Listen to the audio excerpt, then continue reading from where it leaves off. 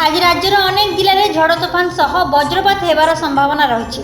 कोरापुट, मालकानगिरी, रायगड़ा, गंजाम, गजपति, खोर्धा, पुरी, कटक, नयगढ़, झारसुगुड़ा, संबलपुर, केन्दुझर, अनुगुल, ढेंकानाल, सुंदरगढ़, देवगढ़, बलांगीर, मयूरभंज और बालेश्वर जिले में वज्रपात हेबो बोली भुवनेश्वर आंचलिक पाणीपाग केन्द्र पूर्वानुमान करिछि।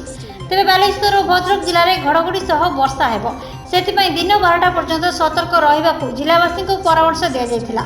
सेहिपरि रायगड़ा, कोरापुट, मालकानगिरी, संबलपुर, देवगढ़ आदि 5टी जिलार गोटे किंवा 2टी स्थान में प्रबल वर्षा हेबो बोली पाणीपाग केन्द्र आकलन करिछि।